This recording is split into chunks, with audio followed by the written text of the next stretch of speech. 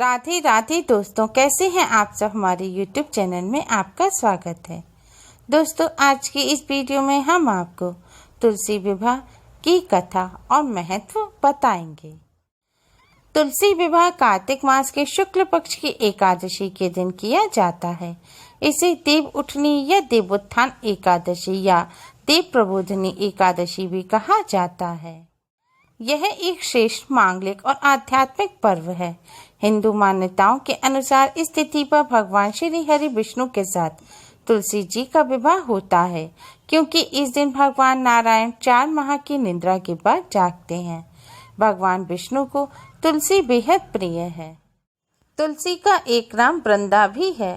नारायण जब जागते हैं तो सबसे पहली प्रार्थना हरि वल्लभा तुलसी की सुनते हैं। इसलिए तुलसी विवाह को देव जागरण का पवित्र मुहूर्त माना जाता है। तुलसी विवाह करने से जीवन में आ रही समस्याओं का अंत हो जाता है। जिन लोगों का विवाह नहीं हो पा रहा है, उन लोगों के रिश्ते पक्के हो जाते हैं।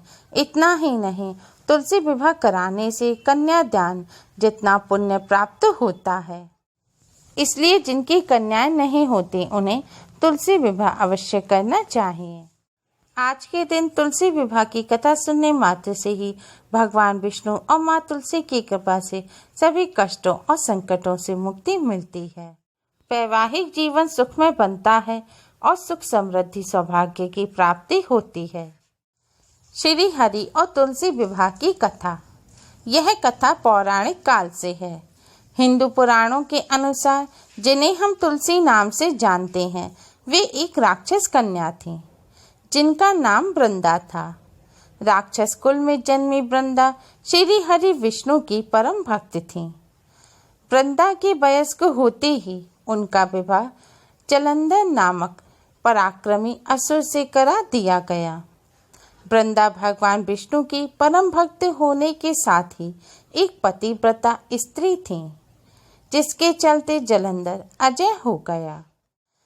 जलंधर को अपनी शक्तियों पर अभिमान हो गया और उसने स्वर्ग पर आक्रमण कर देव कन्याओं को अपने अधिकार में ले लिया।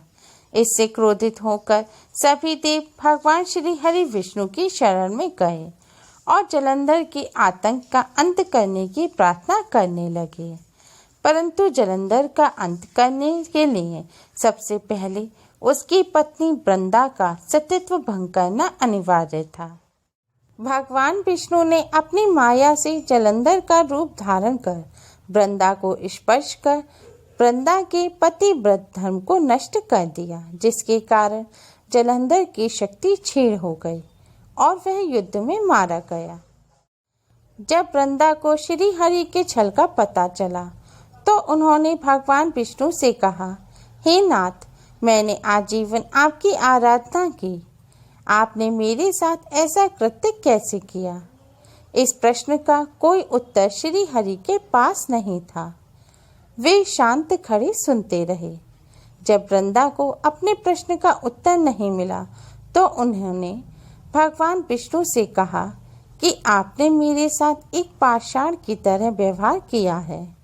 मैं आपको शाप देती हूँ कि आप पाषाण बन जाएं। शाप से भगवान विष्णु पत्थर बन गए। सृष्टि का संतुलन बिगड़ने लगा। देवताओं ने वृंदा से याचना की कि वे अपना शाप वापस ले लें। देवों की प्रार्थना को स्वीकार कर वृंदा ने अपना शाप वापस ले लिया। परंतु भगवान विष्णु वृंदा के साथ हुए छल के कारण लज्जित थे। अतः वृंदा के शाप को स्वीकार करते हुए उन्होंने अपना एक रूप पत्थर में प्रविष्ट किया, जो शालिग्राम कहलाया। भगवान विष्णु को शाप मुक्त करने के बाद वृंदा जलंधर के साथ सती हो गई। वृंदा की राख से एक पौधा निकला, जिसे श्री हरि विष्णु ने तुलसी नाम दिया और वरदान दिया कि तुलसी के बिना मैं किसी भी प्रसाद को ग्रहण नहीं करूँगा। मेरे शालिग्राम रूप से तुलसी का विवाह होगा और कालांतर में लोग इस तिथि को तुलसी विवाह के रूप में मनाएंगे। जो मनुष्य कार्तिक एकादशी के दिन तुलसी का मेरे साथ विवाह करेगा, उसकी हर मनोकामना पूरी होगी। बिना तुलसी दल के शालिग्राम या विष्णु जी की पूजा अधूरी मानी जाती है। शालिग्राम और तुलसी का विवाह भगवान विष्णु और महालक्ष्मी का ही प्रतीकात्मक विवाह माना जाता है।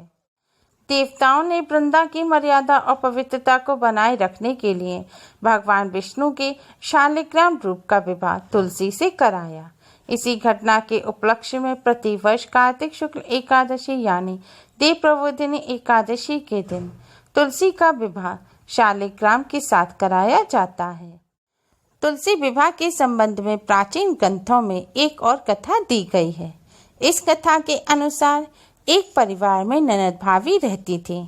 ननद अभी कुंवारी थी। वह तुलसी की बड़ी सेवा किया करती थी, पर भाभी को यह सब फूटी आंख नहीं सुहाता था। कभी कभी तो वह गुस्से में कहती थी कि जब तेरा विवाह होगा तो तुलसी ही खाने को दूंगी तथा तुलसी ही दहेज में दूंगी। यथासंभव जब ननद की शादी हुई तो उसकी भाभी ने बारातियों के सामने तुलसी का गमला फोड़कर रख दिया। भगवान की कृपा से वह गमला स्वादिष्ट व्यंजनों में बदल गया। गहनों के बदले भाभी ने ननद को तुलसी की मंजीरी पहना दी। वह सोने के आभूषणों में बदल गई। वस्त्रों के स्थान पर तुलसी का जनेऊ रख दिया तो वह रेशमी वस्त्रों में बदल गया। ननद की ससुराल में उसके दहेज आदि के बारे में बहुत बड़ाई हुई। इस पर भाभी को बड़ा आश्चर्य हुआ और तुलसी जी की पूजा का महत्व उसकी समझ में आ गया। भाभी की एक लड़की थी। वह अपनी लड़की से कहती थी कि तू भी तुलसी जी की सेवा कर, तुझे भी बुआ की तरह फल मिलेगा। पर लड़की का मन तुलसी सेवा में नहीं लगता था। लड़की के विवाह का समय आया तो भाभी ने सोचा जैसा व्यवहार मैंने अपनी ननद से किया उसी कारण उसे इतनी इज्जत मिली, क्यों ना मैं अपनी लड़की के साथ भी ऐसा ही व्यवहार करूं। उसने तुलसी का गमला फोड़कर बारातियों के सामने रख दिया, परंतु इस बार मिट्टी मिट्टी ही रही। मंजीरी व पत्ते भी अपने पूर्व रूप में ही रहे तथा जनेऊ जनेऊ ही रहा। सभी बाराती भाभी की बुराई करने लगे। ससुराल में सभी लड़की की बुराई कर रहे थे। भाभी ननद को कभी घर नहीं बुलाती थी। भाई ने सोचा मैं ही बहन से मिल आऊं। उसने अपनी इच्छा पत्नी को बताई तथा सौगात ले जाने के लिए कुछ मांगा। भाभी ने थैली में ज्वार भरकर कहा, और तो कुछ नहीं है, यही ले जाओ। भाई दुखी मन से चल दिया। भला बहन के घर कोई ज्वार लेकर आता है। बहन के नगर के समीप पहुंचकर उसने एक गौशाला में गाय के सामने ज्वार का थैला उलट दिया। तब गोपालक ने कहा, हे भाई, सोना मोती गाय के आगे क्यों डाल रहे हो? भाई ने उसको सारी बात बता दी तथा सोना मोती लेकर प्रसन्न मन से बहन के घर गया। बहन बड़ी प्रसन्न हुई। तुलसी माँ की कृपा से ही ज्वार सोने मोती में बदल गया। भाई ने यह सारी बात घर जाकर अपनी पत्नी को बताई।